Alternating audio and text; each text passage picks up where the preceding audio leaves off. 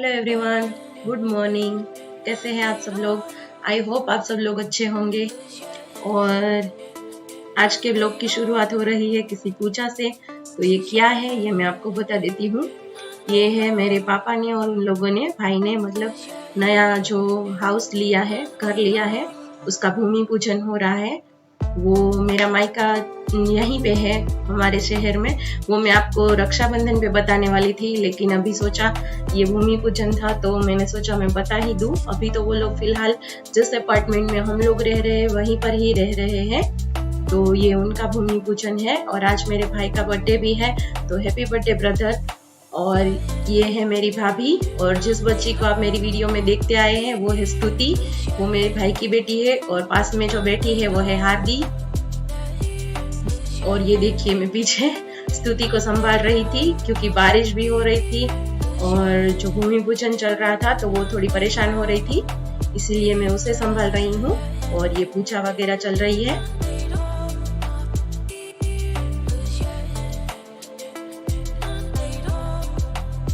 मैं फिर कभी आपको अपने मायके का होम टूर तो करवाऊंगी ही, पर ये तो सिर्फ अभी के लिए आपको इन्फॉर्म किया है कि वो लोग अभी तो फिलहाल उसी अपार्टमेंट में रहते हैं जहाँ पर हम लोग रहते हैं। और अभी इस घर को बनने में तो शायद 1 साल भी लग जाएगा। तो आगे आगे जो इन्फॉर्मेशन आएगी वो मैं आपको देती रहूंगी बीच बीच में।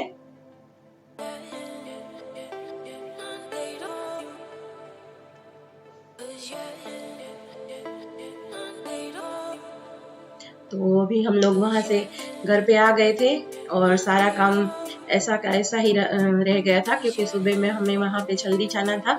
तो फिर फटाफट से तैयार होके चल गए थे क्योंकि वहां पे जो मुहूर्त था वो 1 घंटे का ही था, इसीलिए हम लोग फटाफट से चले गए थे। और ये मैं अभी आके बेडशीट वगैरह चेंज कर रही हूँ। और वहां पे बारिश में भीगे थे तो हम लोगों ने सारे कपड़े वगैरह भी चेंज करके फिर से नहाना पड़ा।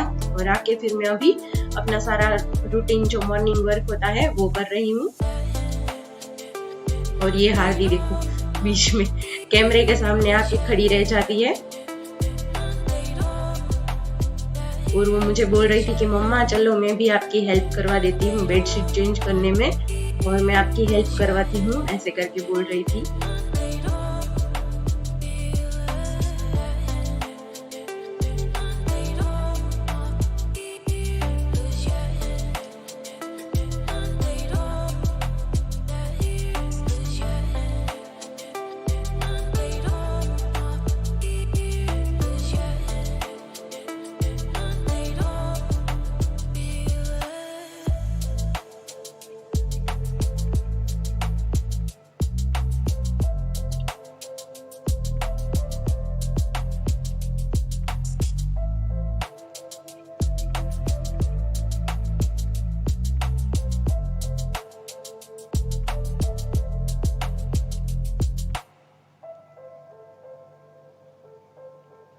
और अभी मैंने उसे बोला कि चलो जब तक कि मैं सारे काम खत्म करती हूँ तुम अपना होमवर्क लेके बैठ जाओ, क्योंकि उसकी ऑनलाइन क्लास तो मिस हो गई थी।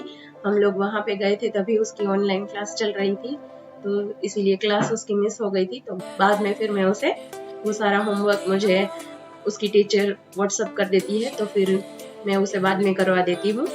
तो अभी वो फिलहाल अपना होमवर्क कर रही थी और तभी तक के मैं जो कल के कपड़े नहीं सूखे थे बारिश की वजह से उसे फोल्ड कर रही हूँ। और जो प्रेस वाले और कबर्ड में रखने वाले कपड़े अलग निकाल के ही रख देती हूँ।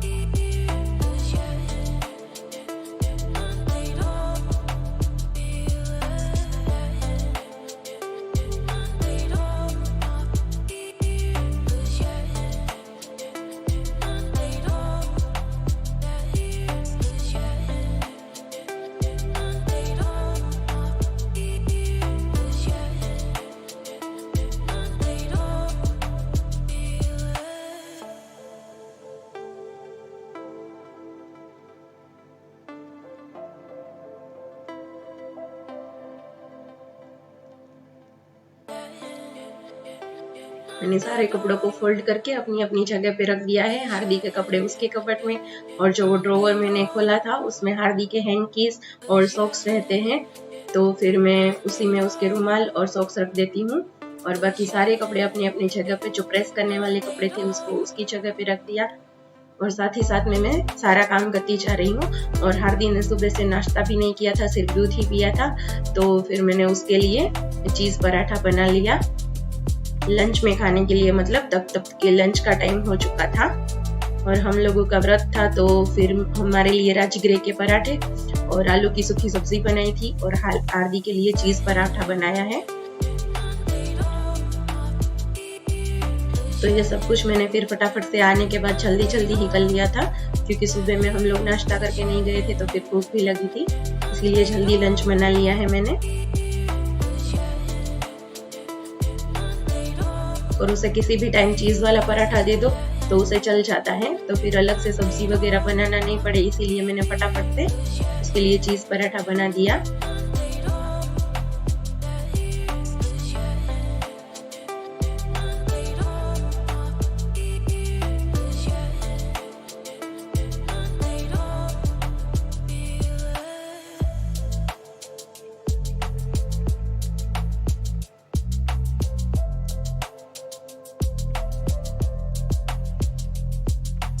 और पराठा बनने के बाद भी ऊपर से भी चीज डालना हार्दी को बहुत पसंद है, इसीलिए थोड़ा सा ऊपर से चीज डाल दिया है, तो आराम से भी किसी भी सब्जी के बिना भी वो खा लेती है, इसीलिए मैंने उसे फटाफट से चीज वाला पराठा बना दिया, तो वो केचप के साथ खा लेगी। हैप्पी हार्दी कितनी खुश हो रही है। और जो हमारे पास में एक आंटी रहती है ना, उनका व्रत था, तो फिर उन्होंने मतलब श्रृंगार का सारा सामान दिया था, जैसे टेस्ट कर लो कैसा बना है। तो हार्दी ने सब एक ही दिन में मतलब वो जैसे दे के गई, तो हार्दी ने पूरा कुछ लगा लिया, बिंदी, गरम नहीं है ना, सब कुछ लगा लिया। मेहंदी भी लगानी थी उसे, पर मेहंदी मैंने उसे बोला कि मैं तुम्हें बाद में लगा के देती हूँ, अभी खाना खा लो, तो फिर उसने सारा कुछ लगा लिया था। नेल पॉलिश भी कर ली थी और सब उसको तभी करना था। और यह हमारा व्रत का खाना है, मतलब जो सामा के चावल होते हैं उसकी खीर बनाई है, राजगिरे के आटे का मतलब जो पराठे जैसा बनाया है, और आलू की सूखी सब्जी। और अभी हम लोग ने लंच कर लिया है और मैं वापस से किचन में आ गई हूँ। और ये मैंने मलाई निकाल के रखी थी, तो फिर मैं उसी में दही डाल के उसको जमा दे रही हूँ। मैं रोज जो दूध आता है उसको गर्म करके रखती हूँ, और फ्रिज में रखने के बाद जो मलाई निकलती है वो स्टोर करते हैं फ्रिज में, और फिर उसमें से मैं मक्खन निकाल के घी निकाल लेती हूँ। तो ये मैंने दही भी जमा लिया है, और ये अभी मैं अपना किचन का प्लेटफॉर्म है वो पूरा क्लीन कर लूंगी।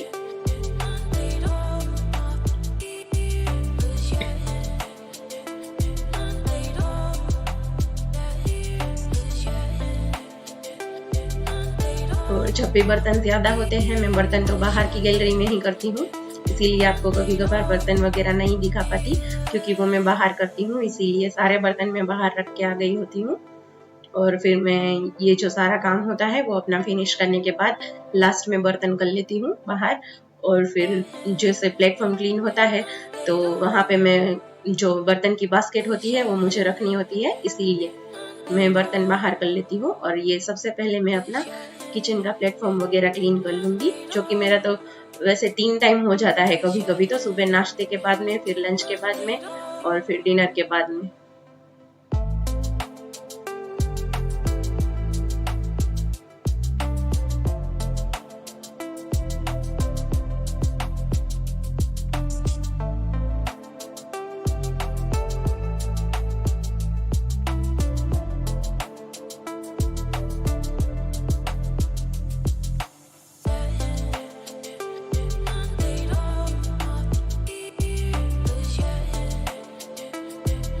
जहाँ तक मेरा हाथ जाता है वहाँ तक मैं रोज सफाई करती ही रहती हूँ।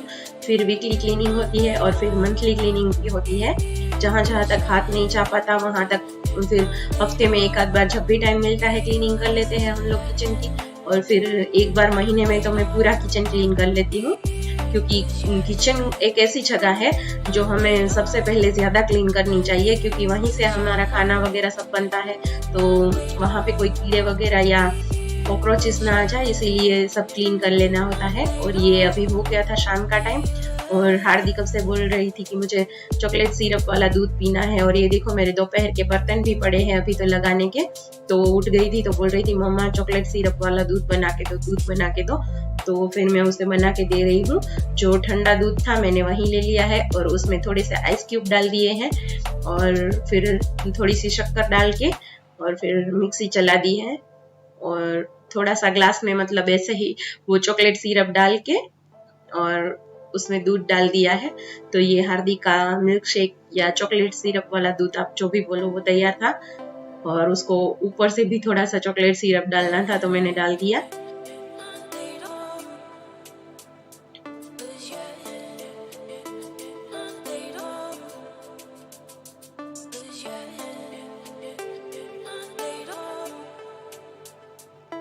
वो बोल रही थी मम्मा बहुत मस्त बना है। और अभी फिर ये हो गया है, मतलब शाम का टाइम हो गया था। जो मैंने बर्तन वगैरह तो सब मतलब अपनी जगह पे रेक पे रख दिए थे। और ये जो मैंने सुबह में मतलब दोपहर में जो मलाई जमाने के लिए रखी थी, जिसमें दही डाल के रखा था, मैं उसको फेंट के ले रही हूँ क्योंकि उसमें थोड़ा थोड़ा ठंडा पानी डालते जाना है। बहुत गर्मी थी इसीलिए उसमें थोड़ा थोड़ा ठंडा पानी डालेंगे तो उसमें से मक्खन बिल्कुल आसानी से बाहर आ जाएगा और बिल्कुल ही अलग हो जाएगा। इसलिए उसमें मैं बीच बीच में थोड़ा थोड़ा ठंडा पानी मिलाते जा रही हूँ। और ये मेरा मक्खन अलग हो गया था। ये देखिए बिल्कुल मट्ठा और मक्खन कैसे अलग लग रहे हैं। ठंडा पानी डालने से ना बिल्कुल ही अलग हो जाते हैं, वरना गर्मी के मौसम में ठीक से नहीं आता मक्खन। और ये मैंने मक्खन अलग निकाल के 2-3 साफ पानी से धो के फिर गर्म होने के लिए रख दिया था। वो उस मक्खन में मैंने थोड़ा सा जो मेरे पास पहले से पड़ा हुआ मक्खन रखा था वो भी डाल दिया था। इन लोगों के खाने के लिए रखा था, गरम पराठे वगैरह पे खाने के लिए रखा था, तो फिर वो भी मैंने उसमें डाल दिया है। तो इसीलिए थोड़ा ज्यादा मक्खन है। और ये जो मैं जो शाम के थोड़े से बर्तन निकले थे वो भी मैंने कर लिए। और ये मैं लहसुन छीलने के लिए मैंने जैसे आपको मैंने बताया था कि मैं आपको लहसुन की पेस्ट की रेसिपी बताऊंगी, तो अभी मुझे वही बनानी है। जब तक कि ये घी गर्म हो रहा है, मतलब उसको बहुत देर लगेगी। और उसको बड़े बर्तन में ही आप घी को गर्म करने के लिए रखें ताकि वो उबल के बाहर ना आ जाए। और गैस की फ्लेम भी हमेशा घी बनाते वक्त स्लो ही रखे तो अच्छे से मतलब घी बन जाएगा और नीचे बैठेगा भी नहीं, तले से नहीं लगेगा। वरना जो नीचे बैठ जाएगा तो उसकी मतलब जो खुशबू होती है घी की वो अलग ही आएगी। ये थोड़ा सा गर्म पानी कर लिया है मैंने और जो एक्स्ट्रा छिलके होते हैं वो निकाल के मैं लहसुन को उसमें डाल देती हूँ थोड़ी देर के लिए भिगाने के लिए, ताकि जब तक कि मेरा मक्खन हो रहा है तब तक मैं लहसुन की पेस्ट की तैयारी कर रही हूँ। और थोड़ी देर इस तरह से लहसुन को भिगाने से उसके छिलके बहुत ही आसानी से निकल जाते हैं। इसीलिए मैं थोड़ी देर के लिए मतलब थोड़ा सा ही गर्म पानी लेना है, बहुत उबलता हुआ खौलता पानी नहीं लेना है, वरना जो लहसुन की खुशबू होती है वो पानी में चली जाएगी और फिर आपको स्मेल नहीं आएगी सब्जी में डालने से लहसुन। और जो मेरा घी है वो बहुत ऊपर आ रहा था, इसीलिए मैंने उसे छोटे गैस पे ट्रांसफर कर दिया है और अभी वहां पे वो धीमी आंच पे पकता रहेगा। और तब तक के लिए मैं 10 मिनट के बाद आ गई थी और ये मेरा लहसुन भी भीग चुका था, तो जो घी है वो बन रहा था, तो मैं उसके पास में खड़ी होके ही लहसुन को छील रही थी। तो इतनी आसानी से उसके छिलके उतर रहे थे, बिल्कुल फटाफट से मैंने कितना सारा लहसुन थोड़ी ही देर में छील लिया है। आप देख सकते हो, मैं भी आपको दिखाऊंगी मैंने कितना सारा लहसुन बस थोड़ी ही देर में छील लिया था। अब चाकू से अगर करेंगे तो और जल्दी छिल जाएगा। और ये देखो मेरा घी अब थोड़ी ही देर बाकी रह गई थी घी बनने में। उसको बीच बीच में इस स्टेज पे ना आपको घी को ऐसे ही नहीं छोड़ना है, बीच बीच में चलाते रहना है, क्योंकि वो जो उसका निकलता है ना जो मट्ठे का पार्ट वो नीचे चिपक जाएगा, तले से लग जाएगा। इसीलिए आपको ऐसे ही नहीं छोड़ देना है घी को। इसीलिए मैं उसके पास में ही खड़ी थी और बीच बीच में चलाते रहना है। अभी घी होने को ही आया है, बस अभी थोड़ी देर है उसे। और घर के बने हुए घी की तो बात ही अलग होती है। अभी बस ये झाग आनी बंद हो जाए और ये देखिए बस अभी हमारा घी हो गया है। थोड़ा सा गोल्डन ब्राउन में होने दूंगी, थोड़ा सा मतलब बहुत जला हुआ नहीं। और मैंने उसे ट्रांसफर कर लिया है डब्बे में छलनी से छान के। और ये मेरा लहसुन भी छिल गया था, इतना सारा लहसुन मैंने थोड़ी देर में ही छीन लिया। तो इसे मैंने कपड़े पर सुखाने के लिए रखा है। इससे आपको जो भी बनाना हो थोड़ी देर के लिए इसको कपड़े पे फैला दे, ताकि इसका जो मॉइस्चर है वो कपड़ा सोख ले और लहसुन बिल्कुल ही क्लीन हो जाए। और फिर मैं इसमें पेस्ट बनाने के लिए मैंने इसको मिक्सी जार में ले लिया है, जिसमें लहसुन, मिर्ची और नमक डाल दिया है और 1-2 बड़े चम्मच भर के तेल डाल के फिर मैंने इसकी पेस्ट बना ली है। और थोड़ा सा लहसुन मुझे चाहिए था तो मैंने रख लिया था।